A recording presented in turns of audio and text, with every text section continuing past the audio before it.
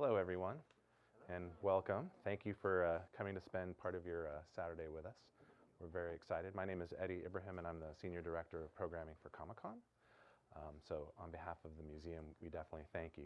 Out of curiosity, how many of you are charter members or are members of the museum? Okay, great, great.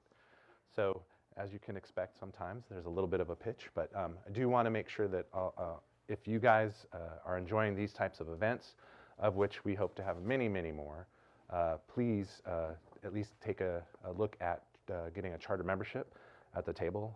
Obviously, fan support is really what's going to allow us to do these types of events as well as bigger and better things. So again, if you have that opportunity, please don't hesitate to take a look and see what benefits a charter membership will get you for that. Oh yeah, well, there's a t-shirt, there's also lanyards, there's a bunch of stuff, but we're not here for that. We're here for this gentleman here. So it is my pleasure to introduce Josh Agle, who is known around the world as Shag. He is the first artist that has had an exhibit here at the Comic-Con Museum, as well as doing an exclusive for the Comic-Con Museum, which we have here for you guys to look at, which is titled, and forgive me, The Thrilling Threesome Plus One. And it was a limited edition run of only 175. And if you're interested, we actually still do have some left. And if you'd like, they are available for purchase as a suggested donation upstairs as well. When you walk through the gallery upstairs, you will notice that Josh's work is a blend of pop culture, Tiki culture, and an unmistakable mid-century aesthetic that reminds us of animation and advertising in the 50s and 60s. Josh works with Disney and has been commissioned by countless other companies to create masterpieces. He had solo exhibitions throughout the world, and his artwork hangs on every continent. So at this time, it is my pleasure to introduce Josh Agle, otherwise known as Shag. Thanks, Eddie. Hey, thank you, guys. First of all, I want to thank the museum for inviting me to do this. I don't get that many opportunities to talk. I do it a couple times a year at universities and art schools, but I'd rather talk to a group of people like you who are not art students, because I don't have to get super technical. As they said, my name is Shag. That's my artist name. My real name is Josh Agle. For those of you on social media, see if my clicker's working here. There we go. I got to get used to this thing. You can do hashtag Shag if you want. When I meet people in new situations, like if I'm at a party, people they'll say, oh, this is Shag, he's an artist. And people will say, oh, what do you do? And then the person I'm with will always say, oh, you've seen his work, which seems to be the common refrain when I'm meeting new people. I'm known for colorful, sort of vintage-inspired scenes of tiki bars, cocktail parties, Palm Springs, sort of architectural scenes, bachelor pad fantasies. And probably outside of my own art, the thing I'm best known for is collaborating with Disney. I've worked with Disney for about 17 years. And they usually call me when they're having an anniversary or something for one of their attractions at Disneyland. And they'll engage me to create some artwork for that. For example, this is the 40th anniversary of the Haunted Mansion. And I did 13 paintings to celebrate the 40th anniversary of the Haunted Mansion in 2009. They originally called me in 2002 to see if I would be interested in doing something for the Enchanted Tiki Room, which makes sense. The 40th anniversary of the Enchanted Tiki Room was coming up. So, of course, how could I say no? More Disney stuff. I was one of 2 official artists for Disneyland's 50th birthday in 2005, which is fitting because my mother actually went to Disneyland the day before it opened. There was a VIP preview day, and her dad, who was also an artist, had kind of some connections at the Disney art department and pulled some strings and got her a pass to the day before it opened. So of course, when I got this, I totally pumped her on it, and she was like, I don't remember anything about it. she was a 15-year-old girl at the time, so it didn't leave the kind of impression on her that it would have left on me. I've also worked with fashion designers and clothing companies. Paul Frank, you probably saw that monkey around a lot in the early 2000s. He was everywhere. I didn't come up with the monkey. Paul Frank actually came up with the monkey, but he's a good friend, and we've collaborated over the years. Playboy, I did this for the anniversary of the Playboy bunnies for Playboy, and this was exhibited at the Andy Warhol Museum in Pittsburgh, as well as they allowed me to release it as a print myself. I worked with Coca-Cola.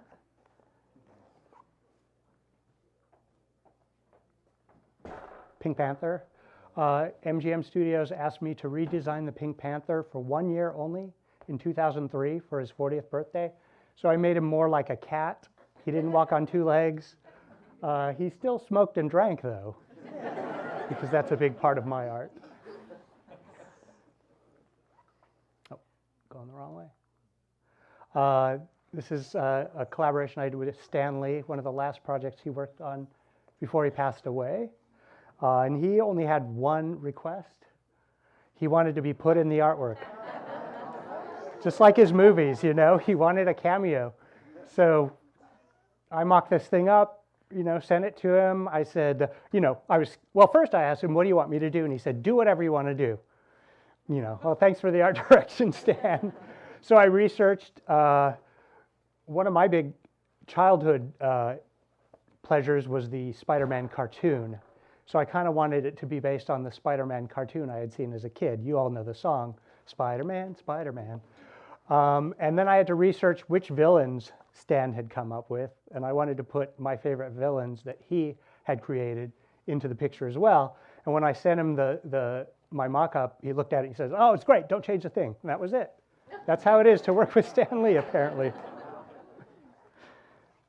This is something I did for Lucasfilm. And they actually came to me with the idea. And when they told me the idea, I felt really stupid that I hadn't thought of it. I'm a huge Star Wars fan. The first time I ever heard of Star Wars was a radio commercial when I was riding to junior high on the school bus. And they played sounds of TIE fighters and Imperial ships. And then the voiceover said, don't be alarmed, that's just a TIE fighter. Don't be alarmed, it's this. And I'm like, my ears perked up, It's like a 12-year-old. I'm like, ooh. And then they said, coming in May, Star Wars. And I remember thinking, Star Wars, what a dumb name for a movie. That's like calling a movie Car Chase. Well, then a few weeks later, I was at the theater watching Jabberwocky, which movie that came out in 1977. And they had a preview for Star Wars, and I knew it was going to be the best movie ever made. And I was pretty much right.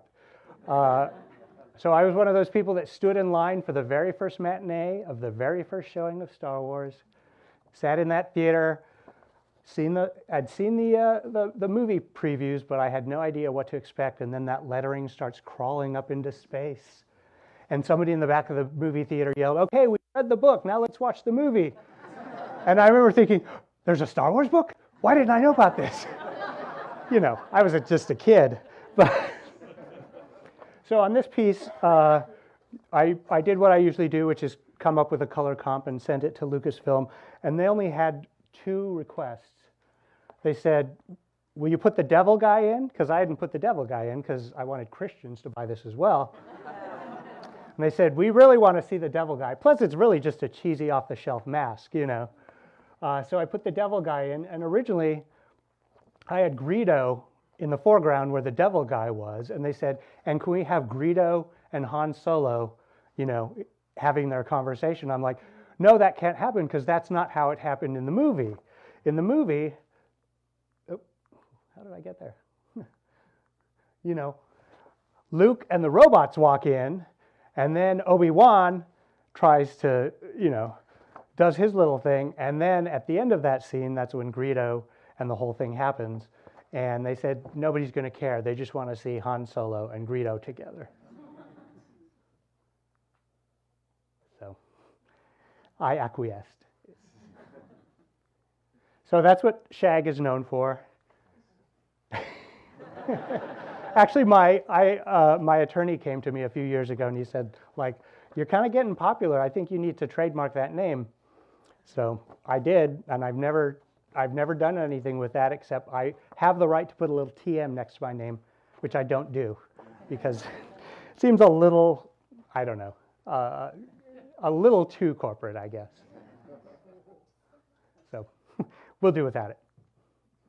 I also do a lot of merchandise. I put my art on a lot of things, and this goes back to the early days when I was an artist, because I would go to the museum and, you know, I'd look around at like the Getty Museum and they'd have a Van Gogh exhibit or something. Then you'd go to the gift shop and there'd be all these cheap things with Van Gogh's images on them. And I thought, you know, if you're an artist and you're around for any amount of time, eventually your stuff's going to be put on things. So I wanted to kind of take control of that myself and say, yes, it can go on that. No, it can't go on that. And I have kind of one big criteria about what I'll put my art on. It's either got to be A, useful, or B, art. And there are a few things that are neither of those things. For example, I consider a snow globe neither useful nor art. So there, at least not while I'm living, there will never be a Shag snow globe.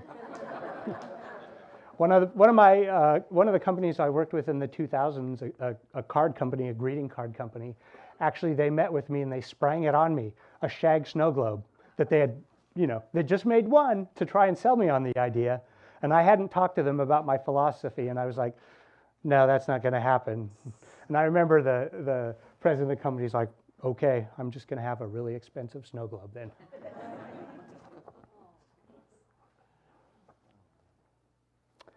Some more products. These are actually coming out this month. These are silk ties, which will be available through the Shag store. Some nods to sort of some retro things from my childhood. Remember the clock with the wagging tail? That's the Shag version. Toys. I've done toys as well. So after having been an artist for about probably 12 or 13 years, somebody in Palm Springs approached me, somebody who owned a gallery I'd been showing at, and he said, I just got this space on Palm Canyon Drive, which is the main street in town. Would you like to open up your own gallery?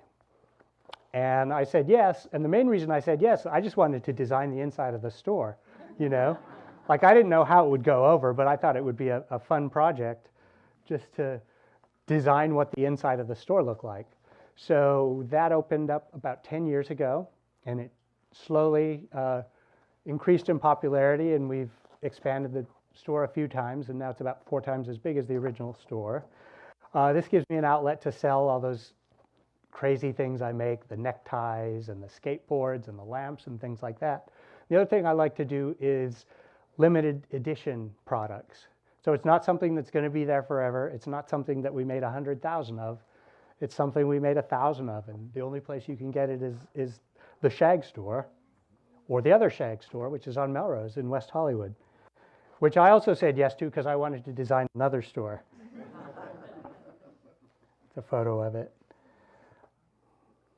It's the inside of one of the Shag stores. I also didn't want to call it the Shag Gallery.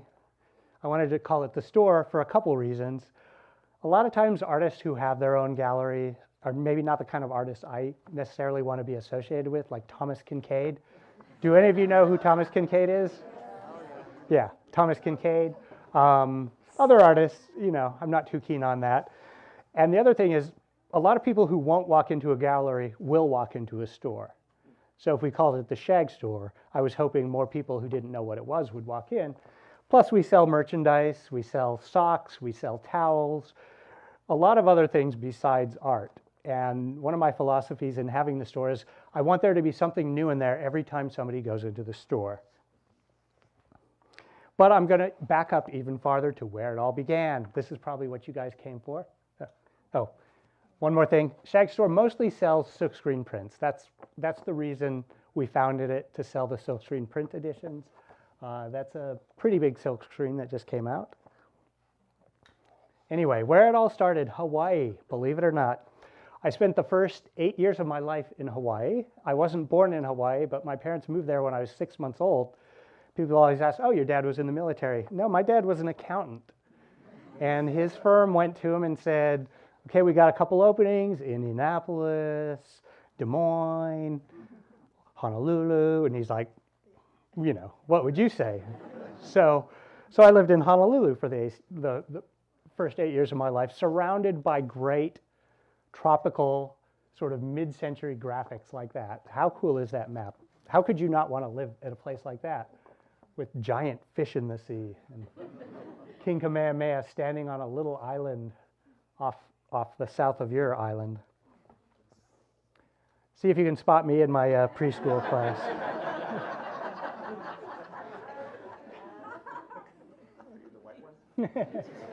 That's where we lived.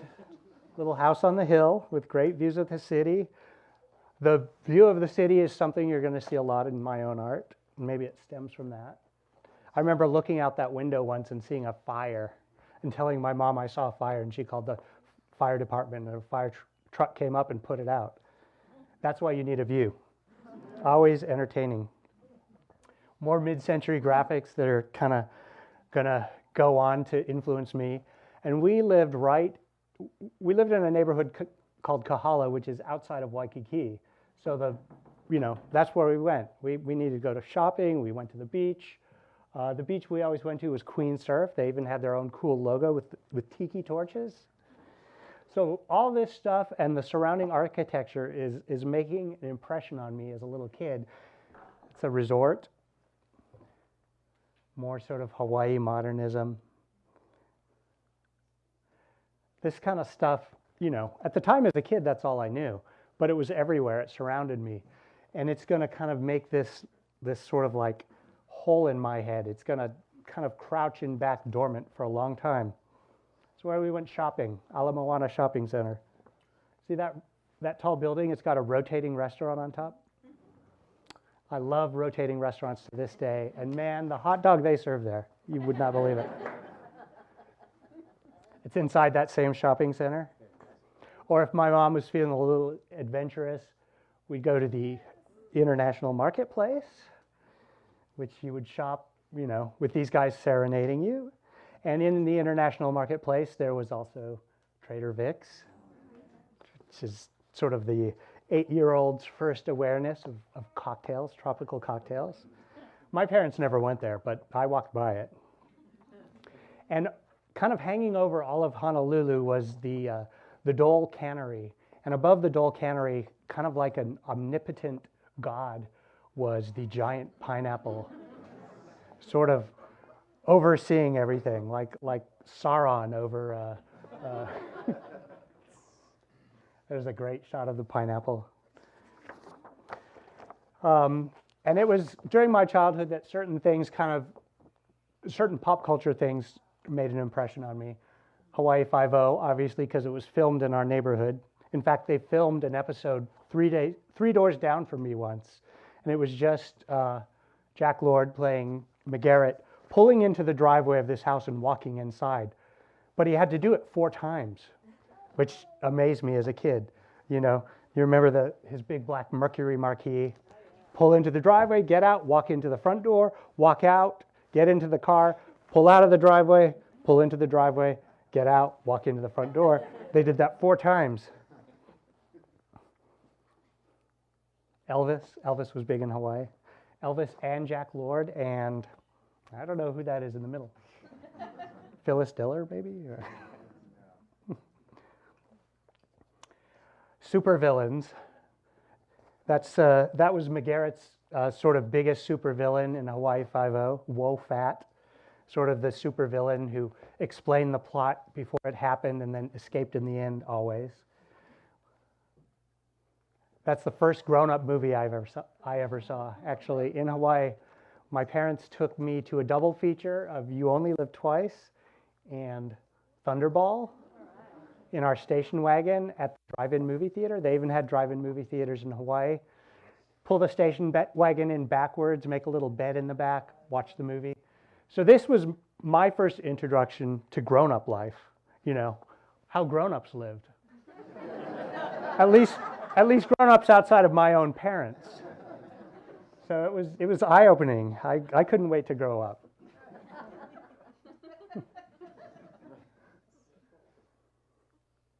Of course, the supervillain lair. This is the supervillain from You Only Live Twice. It's got a little pond there with a bridge over it. Pond's full of piranhas. Somebody he doesn't like walks over the bridge. He's got a little button he pushes with his foot. The bridge opens up. They get eaten by piranhas.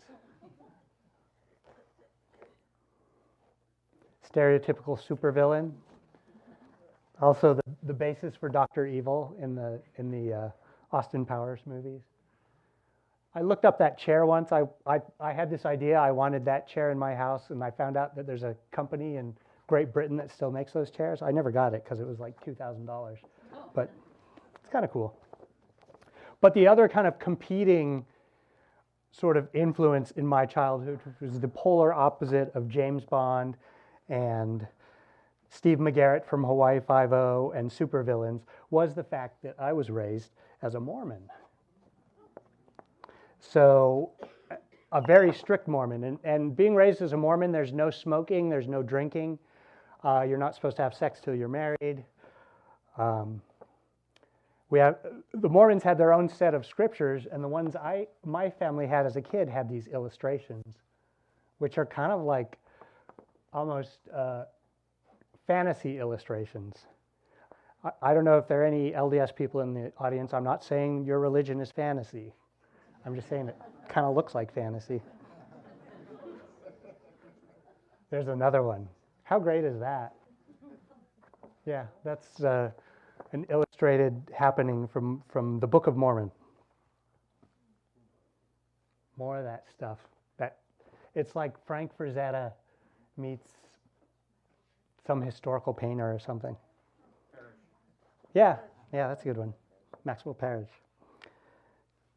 That's the LA Temple, which is done in sort of cocktail lounge, high modern style.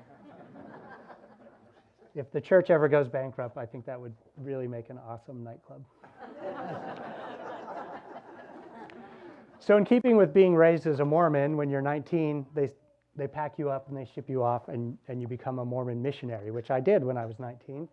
I was sent to Germany. I didn't have any pictures of myself on a bike, so I just had to pick some stock photo of some Mormon missionaries on a bike. I did have a bike, and you should have seen my calves after my mission.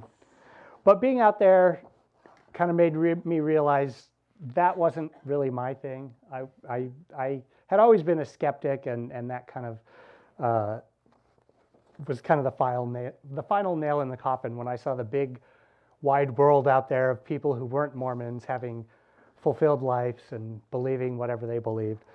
So I kind of stepped away from that religion a couple years later, right around the time I turned 21, which meant it was time to start going to the bars. So I had a group of 2 friends. We loved going to what we called old man bars, which was our term for a bar that was unchanged from the 50s or 60s, and usually the only clientele was old men. And our favorite old man bars were the Tiki old man bars. So we loved the Tiki bars more than anything, especially because you'd order your Mai Tai. If you paid an extra $5, you got to keep the ceramic mug it came in. So that sort of became our souvenir for an evening, you know. We'd go to Bahuka, or we'd go to Tiki Tea, we'd buy the drink, we'd buy the mug, we'd come home, put it on a shelf, have a little memento of your evening. And then I decided, I like these things. I'd noticed they were in thrift stores and flea markets, so I started buying them. At the same time, my friends started buying them, so it became this competition, which is the best way to collect something if you are competing with somebody else you know collecting the same thing. So it spurred me on to get more mugs. This is probably a 5th of my mug collection. And these are almost all vintage mugs. I stopped collecting in about the year 2000. But for my honeymoon, my wife and I drove up the coast of California, hit every tiki bar between San Diego and San Francisco, and got the mugs that they had. And that was my honeymoon. So, I'm wandering around thrift stores looking for tiki mugs, and I noticed the records. And, you know, I especially like them for the covers. Just the, you know, often a beautiful exotic woman, some sort of cool setting, bachelor pad setting. But check out the trophies.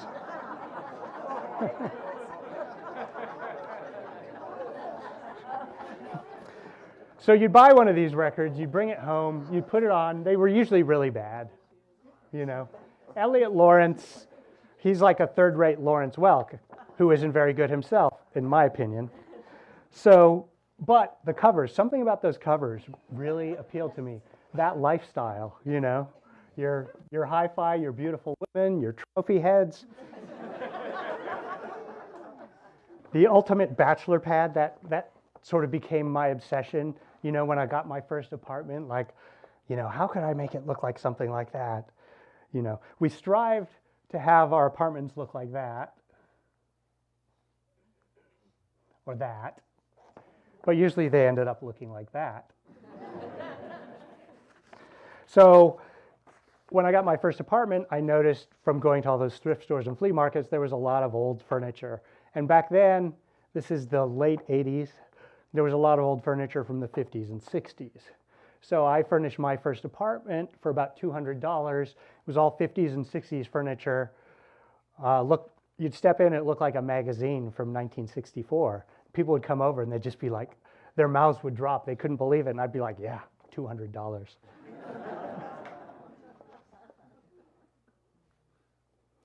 That's what I wish it looked like. It did not look like that.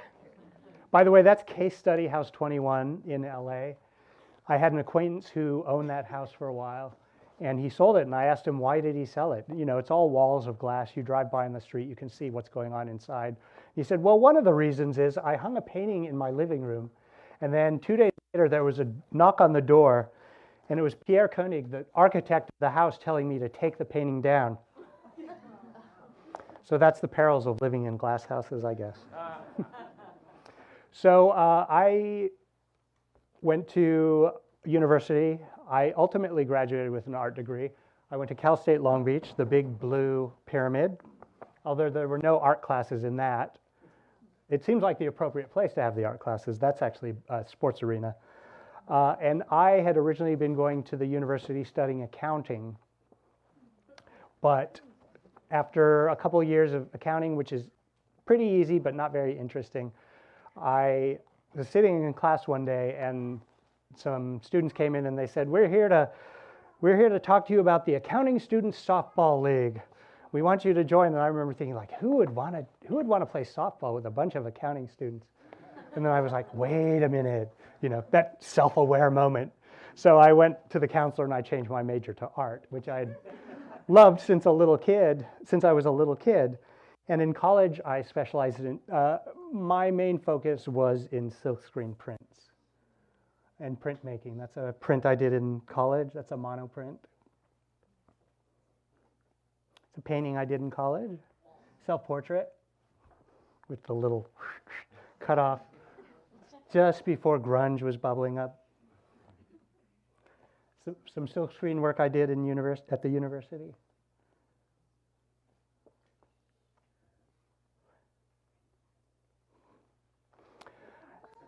Now, I didn't tell you this, but as part of being a Mormon, you have like 9 brothers and sisters, generally, or 6 or something. I had 9 brothers and sisters, so we had to pay our way through college. And the way I did that was as a graphic designer and freelance illustrator. So even when I was studying accounting, I was doing art to pay my way through college. And mostly what I was doing was graphic design for punk rock records, punk rock labels. This is some of the work I did. Not at all Shag-like, but it paid the bills. I got to design a Sex Pistols box set. This is stuff I was getting paid for, but I had friends in the record industry who had labels and bands, and for not getting paid, I would do their album covers, which kind of leaned more towards my taste in art, which is something hearkening back to the 50s or 60s. I did that in the mid-90s, and then I released it as a variation of that as a silkscreen print in 2019. You can see it out there at the museum. Another, the Tiki stuff coming in. Ed Big Daddy Roth, the monsters with the tongues hanging out of their heads. This stuff I'm starting to get paid to do stuff like this. And I can work in a lot of different styles, which is one of the reasons they had hired me. They'd say, oh, I want this cover to look like a board game, or I want this cover to look like a pinup magazine. But in the meantime, I had my own little style I like to work in. And that is the very first time I used it. And that was in I think I did that in 1988 or 89. It was based on advertising illustration from the 50s and 60s, maybe some like animated films you saw in school, like a film about space or something would be done in this style. Some jazz album covers sort of had a style like this. And I don't know, I just fell in love with that look, which is sort of flat areas of color, sharp lines, sort of a almost cubist effect where you take a shape and you really simplify it down.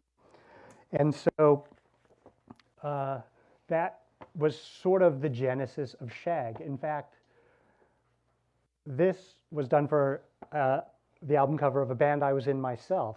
And I thought it would be really unprofessional if people picked up the album and saw that the guitar player had done the album cover illustration. So I thought, I got to come up with a name. It was either come up with a name for myself as a guitar player or come up with a name for myself as an artist. And so that's where Shag came from. I had to come up with something. And Shag is really just that. And I liked it because it had a lot of meanings, There's the carpet, there's a dance, there's the British, Austin Powers. Which, by the way, when that movie came out, for like 3 years, every time I picked up my phone, hey, Shagadelic, shag me, baby. That's all I heard. Like people thought they were the first one to have ever thought of that. Fortunately, it died down. I don't get that anymore. So I'm working as this commercial illustrator in the record industry. I do that for about 8 years, and occasionally people would ask me, hey, I saw you did this record. Can I buy the artwork for it? And I'd usually tell them, well, I don't have that art. It either went to the record label or it was done mechanically, which is where you do it in black and white, and then the colors added in the printing process. For various reasons, I didn't really have a lot of original art. And finally, a friend of mine by the name of Otto von Stroheim called me and said, hey, you're going to have to make some paintings. I booked you an art show. And I'm like, oh, all right. The art show turned out to be one wall at a coffee house in Santa Monica. That coffee house is about the size of a bedroom, so I got one bedroom wall. And I thought, well, nobody's going to buy these, so I want to do some paintings that will look good in my own apartment. So I sat down and I'm like, what would the ultimate painting I'd like in my apartment? So I painted a painting. That was the first painting I did for that art show. And I thought, yeah, that'll look good in my apartment. My carpet was about the same color as the ground there in the painting. So like I even did it so it would like match the colors in my apartment.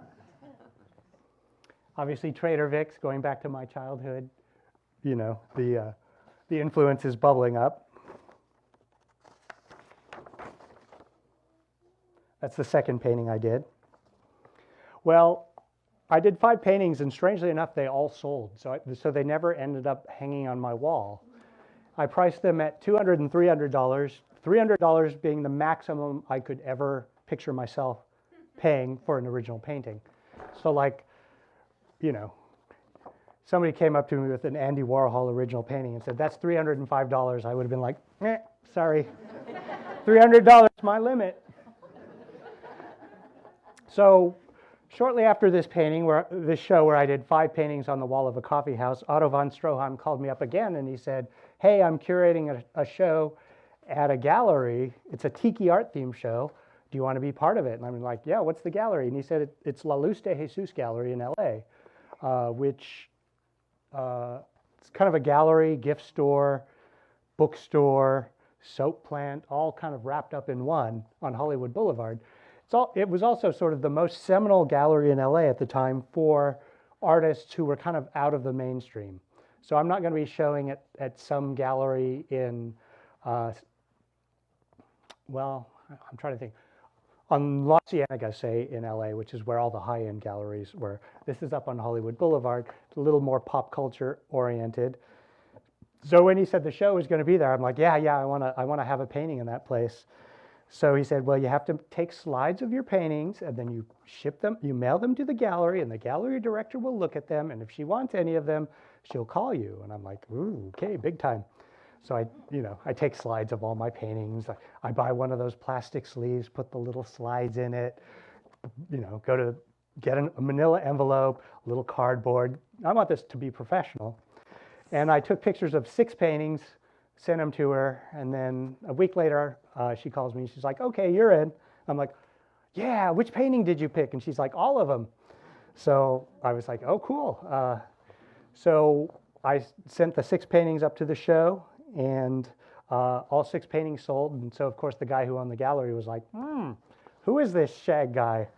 Up till then, the gallery had been more known for lowbrow art, which is sort of hot rods and naked girls. This is Robert Williams, who's the godfather of lowbrow art. Have any of you seen his work? Are you aware of Robert Williams? An artist named Coop. More hot rods and naked girls. And I remember thinking, like, when the gallery owner asked me if I wanted to have a show there, I don't paint hot rods or naked girls. Is this going to work? Well, he probably had dollar signs in his eyes. That's a Joel Coleman painting, also from the same gallery. So it wasn't all hot rods and naked girls, but it wasn't at all Shag. So I painted some paintings, and I had my first show there. Typical kind of Shag paintings. By the way, the first 5 paintings I did were all tiki bar scenes, and then the 6 paintings I did for that show were tikis. But after a couple weeks, I was like, I got to expand my repertoire. I can't be painting tiki bars the whole time. So I looked around my apartment, and I was like, what else can I paint? The Invisible Man. And then kind of the furniture I was surrounded by, so kind of the bachelor pad lifestyle, which began to expand in my repertoire. Pineapples show up a lot in my art, hearkening back to my childhood god. More pineapples. Even more pineapples. And other things from my childhood. Thunderbirds, kind of super marionation. And a couple years before this happened, a new magazine had been launched called Juxtapose, which was sort of supposed to feature all the artists who weren't featured in the high-end magazines like Art News or Art in America. And over time, this became the art magazine with the largest circulation in the world. But at this time, they'd only had a few issues. It was founded by these 3 men: Robert Williams, the artist I had shown you, the girl on the taco, Greg Escalante, and Fausto, who had a skateboard magazine called Thrasher. These 3 men founded the magazine. 2 of them have passed away, unfortunately. Robert Williams is still alive. Robert Williams hated my art. And he went into the Juxtapose magazine offices, and he's from Oklahoma, so he's got this sort of like Midwestern Southern drawl, and he said, Shag will never be on the cover of Juxtapose magazine while I'm alive. So I was banned from the magazine before I even was anything, and I'm not exactly sure why he didn't. Well, I do know why he didn't like my art, because he would write editorials in the magazine without using my name, describing my art, and saying my art was too nice, too pretty, too beautiful, and then closing off his editorial saying, it reminds me of another failed artist who painted pretty pictures, Adolf Hitler. So I'm like, wow, he's really taking this serious. He really doesn't like my art. So when Juxtapose had their 10th anniversary in, I think it was about 2006 or 2007, the man in the middle asked me if I would submit a painting to the art show, and I said yes, and I was like, wait, Robert Williams is always bugging me that my art's not nice enough. So I decided to do a painting of Robert Williams.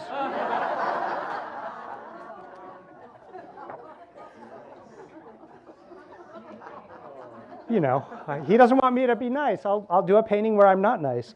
So this hung in the show, and actually, before Robert Williams even got to see what the painting was, Greg Escalante in the middle, he dragged Robert Williams over and me to get a picture in front of it because he knew as soon as Robert Williams saw it, he would hit the roof. And he did hit the roof. He was really, really angry, and his wife was even angrier. And she demanded the gallery take the painting off the wall, but the gallery said no. So, yeah. But really, I didn't feel that way about Robert Williams.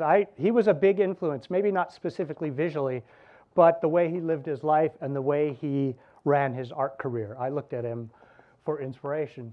So a few years later, when La Luz de Jesus Gallery, that gallery I'd been showing at, had their 20th anniversary, I decided to do a loving tribute to Robert Williams. And this is called Carne de Amor, which is also the name of the painting he did with the girl on the taco. That's the first naked girl on a taco I've ever painted.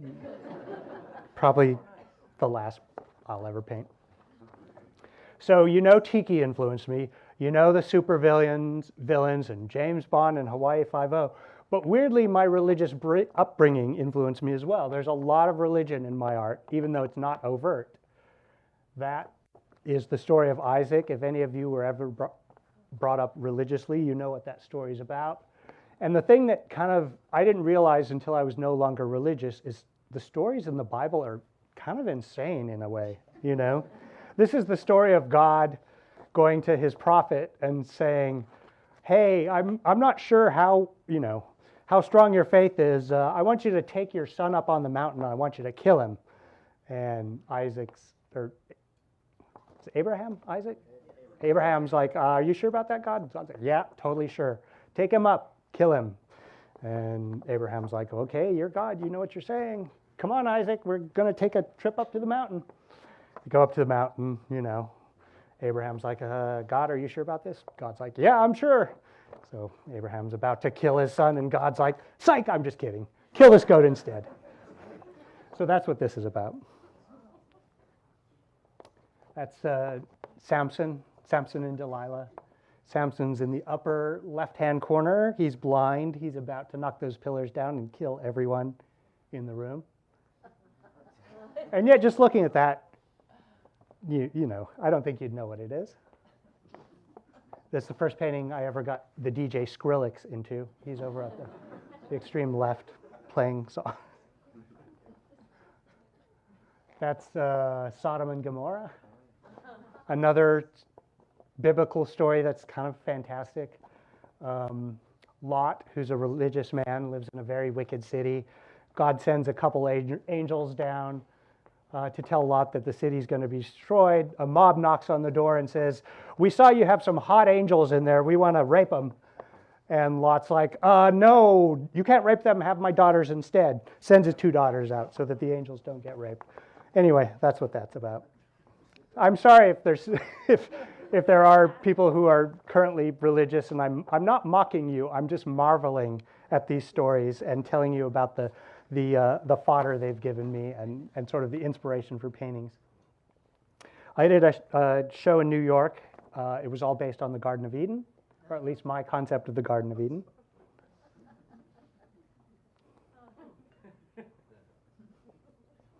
And people call my art retro. I hate that word retro because it's kind of dismissive and it also sounds like you have something in your throat. But this is a painting I can say it is retro. Look at that flip phone.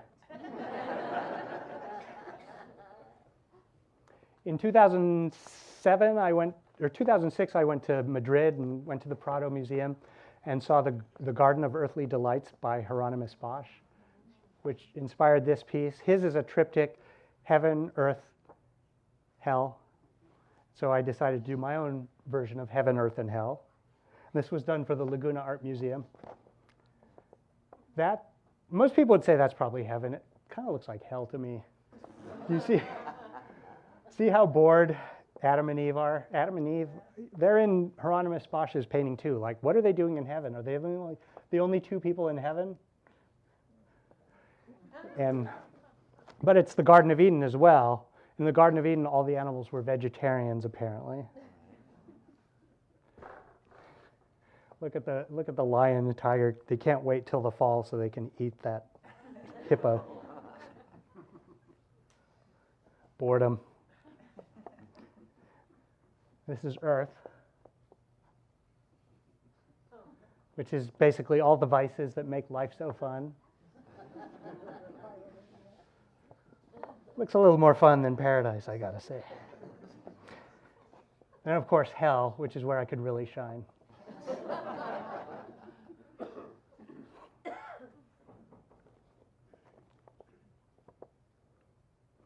Not averse to putting other religions into my art either. It's ancient Greek and Roman mythology. I've done a series of paintings based on those. Pandora's box. But look at that house. Icarus, yeah.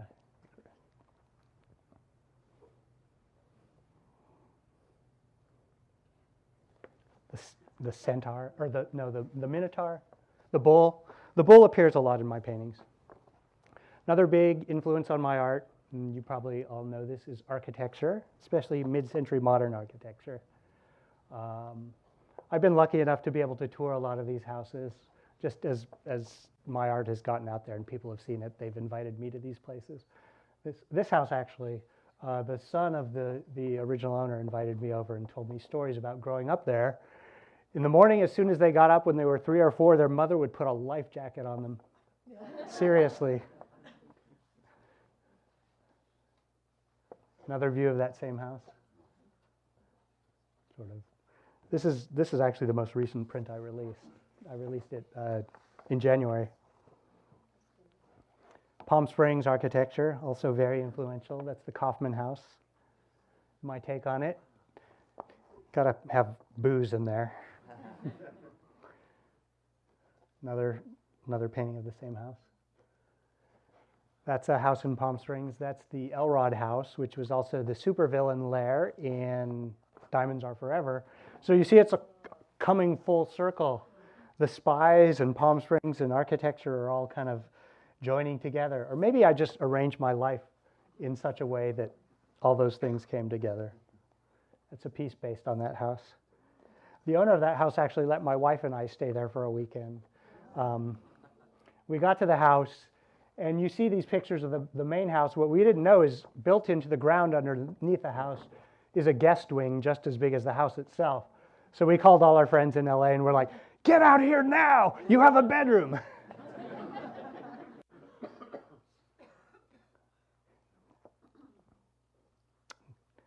Another painting inspired by that house. It's another view of the house. Frank Lloyd Wright.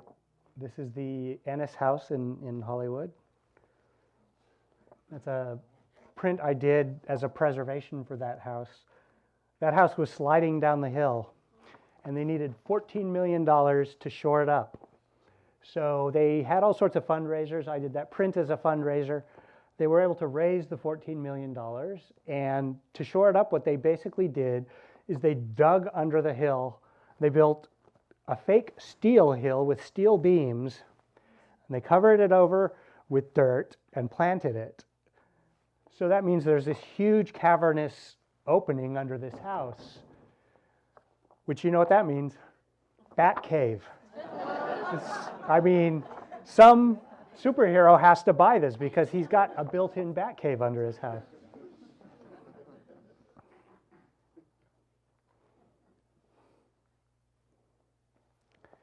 Anyway, you know, I'd been working for about, well, let's see, I had my first show in '96.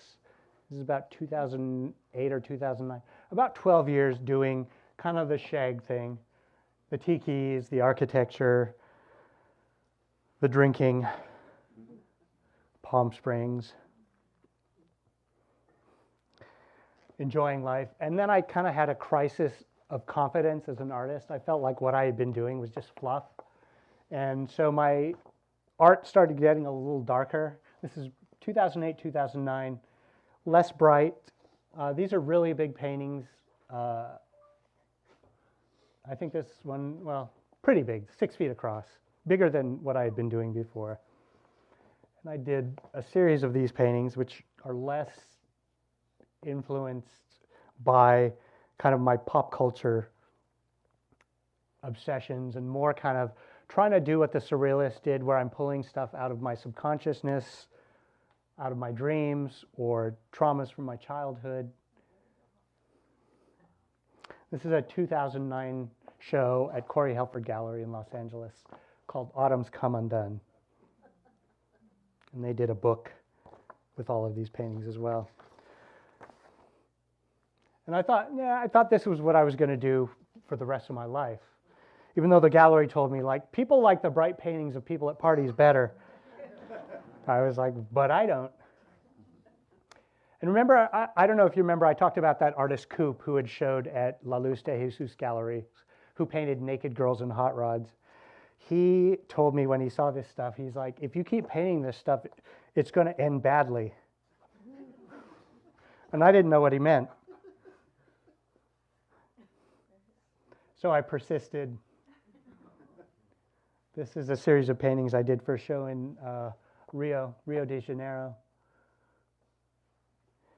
And then I noticed, well, I tried to make it so all the paintings fit together, almost like a sequential comic panel where there's a through line, a river, and things that connect them all. And this persisted through 3 different gallery shows. So there was no way to see all of these paintings together in the same room. And it culminated with that painting in New York. And then I fell through a giant plate glass window in my house and woke up in the hospital. Didn't know what had happened. They had to tell me what had happened. I had cut, your jugular comes up and it splits off into 2 arteries. I'd split one of them, so I was still getting blood to my brain through the other one, but I lost about 2/3 of the blood in my body. And fortunately, my neighbor, I live on a hill, my neighbor who lives above me saw me lying outside in a pool of blood. She called the paramedics, and she was a nurse, and they saved me. So I don't remember what happened. I just know I'd flown back from London the night before. I hadn't gone to sleep. I had made myself a cocktail at like 9 in the morning and decided to start painting. And then the next thing I know, I woke up in the hospital, and they had to tell, with a tube down my neck, and they told me what had happened. And that was like Coop said, if you keep painting like this, it's going to end up badly. And that was kind of a weird, I've never had electroshock, but I almost liken it to having electroshock. Suddenly my outlook on life was different. I was like, I survived it. I'm alive, you know. And suddenly all that stuff I had been painting before, the cocktail parties, the tikis, that's what I wanted to paint. That's what I wanted to say with my art, you know. I wanted to go back to sort of where I had been before, and I relished it. I relished the bright colors, the incongruous scenes, the giant bottles of alcohol. So like I told you, I had a drink at 9 a.m. when I fell through that window, which probably should have been a wake-up call to stop drinking. And I used to call drinking career research because so much of my art is based on social drinking. And at some point, I was doing a lot of career research.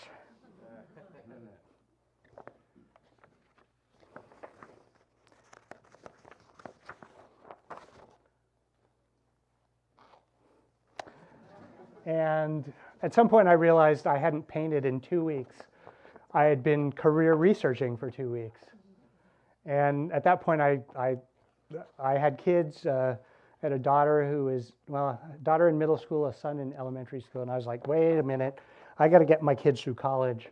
So I'm going to have to stop this drinking thing. So I did a series of paintings and did a show called Pink Elephants.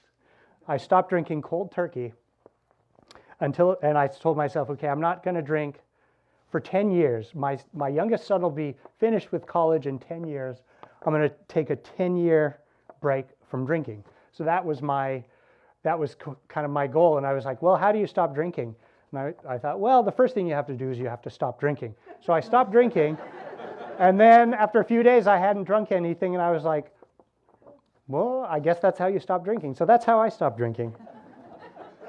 And it's been 5.5 years. My 10-year plan to not drink, I've kind of reassessed, actually, because I love drinking. It was my favorite thing to do. But it's been going really well without drinking. One of my big fears is when I stopped drinking in a social situation, what was I going to do? But all that drinking taught me how to be at a party. So now I can be at a party without drinking and have just as much fun. In fact, more fun sometimes, because when I was drinking, it was all about getting the next drink. Now when I'm at a party, it's about, oh, who are you? What do you do? You know, what's going on at this party? So I'm reassessing whether I'm going to start drinking again in 4.5 years. But right now, signs say no. Anyway, that pink elephant kind of became my little logo guy. Done a toy of him. It's available at the Shag store. I'm just about to close up, but do you guys know who Paul Williams is? Singer-songwriter from the 70s. Wrote Rainbow Connection. He was popular in the 70s, and I have a friend who, he's a brother-in-law of a friend of mine, and he was talking to me once, and he said, Shag, you just have to stick around, because when you do something good and you stick around for a long time, you become an institution. And I was like, He's like, yeah, just do what you do and keep doing it no matter what happens, and you'll become an institution. And I was like, well, thanks, Paul Williams. I didn't know, like, 2 years later, he'd win Grammy for Record of the Year with Daft Punk and Pharrell and Nile Rodgers. But there he is 2 years after he told me about just do what you love and keep doing it. You know, he was on the Record of the Year. So I guess that's my ultimate goal as an artist. Just do what I do, keep doing it, do what I love, and eventually I'll be institutionalized. Thank you, guys.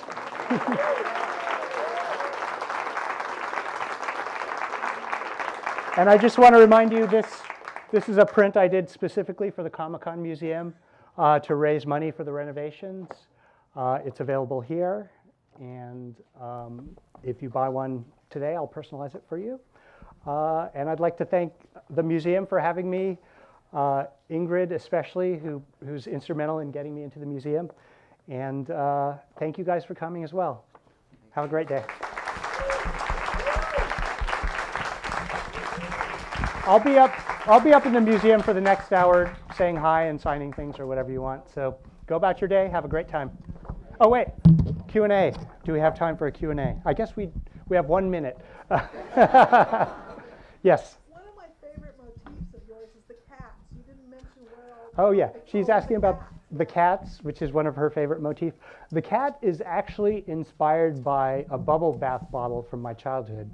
There was a black cat bubble bath bottle with a long neck. And I was painting a painting, and I needed something, an element in the painting to sort of complete the composition. And I thought, a cat, you know? And I thought about that bubble bath bottle, and I put that cat in that painting, and everybody loved the cat. So the cat is sort of a compositional element for the most part. I'm not actually a cat person, I'm a dog person.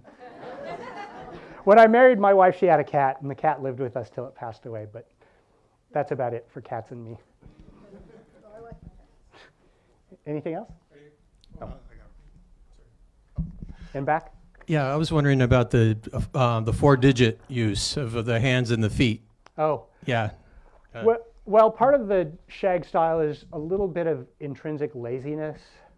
You know, part of the reason I picked this style, I don't have to worry too much about shading, proportion. And if you just do 3 fingers and a thumb, you can fit it on the hand a little better. One less finger. It's 20% less time to paint a hand. That's about it. And look, cartoons have 3. The Simpsons all have 3 fingers and a thumb.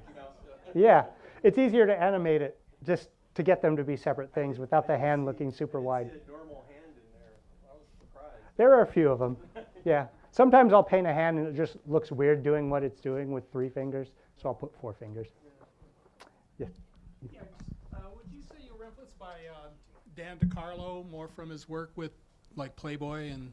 Yeah, all those the Playboy gag artists who got 1 page every issue and got to do their kind of naughty, one panel thing. Huge influence on me, actually. And I did a few of those, not for Playboy. I did those for Blab magazine, but I would get a whole page and do sort of a risque, funny panel in homage to those guys. Yeah, definitely. Eldon Dedini, another guy who did those. Yeah. Hey, Josh, my name's Raleigh, and I actually met you in Anaheim recently, and you've got some friends that live on my street on Oakwood and Orange. So quick question, your Paul Williams slide just reminded me of something. I'm a fellow musician, and I just started a band with a childhood friend of mine named Robbie Rist, who played Cousin Oliver on The Brady Bunch. And I also have this crazy job. I work on the HBO set Curb Your Enthusiasm for Larry David. I worked with him for about 14 years as a stand-in. So my question was, you do a lot of art that's inspired by TV and movies and so on and so forth. Do you always have to get permission or some sort of licensing thing, or is it different every time for each particular painting, or how does that all work? That's a good question. Legally, an artist can paint whatever they want. When Andy Warhol and Roy Lichtenstein started painting Mickey Mouse and Donald Duck back in the early 60s, Disney's legal team actually got together and said, hey, these guys are painting Mickey Mouse without permission. What do we do? And word from on high came down and said, let them do it. It elevates the brand. So that set a legal precedent when an artist can paint whatever they want. That being said, you can also be sued for anything. You'll win, but you'll get sued. So the attempt is to avoid being sued, because then you got to hire a lawyer, you got to pay court costs. So that's kind of the gray area where a company could get mad and sue you, and it would cost you a bunch of money, and eventually you'd prevail. The other thing is, now I always get permission just because I'm high profile enough where I'm afraid I'm going to get sued. They're not going to sue the little guy working in his bedroom, painting Disney princesses or something. But once they think there's a possible payoff, it's more attractive to sue. I mean, occasionally I'll paint a thing here and there that's not authorized. I did a print recently of the rock group Kiss. I had to get permission and pay them a royalty because I knew Gene Simmons would sue me. But Paul Lynde is in that painting as well. Paul Lynde, the comedian who had a Halloween special. I didn't get permission to put him in it. And I was worried Kiss's agent was going to say, hey, you got to take him out. We don't have his rights. But I don't think they even knew who he was. So. The Halloween special, Paul Lynde did. Yeah. Yeah. Yeah. All right, we have time for one more question. Anybody?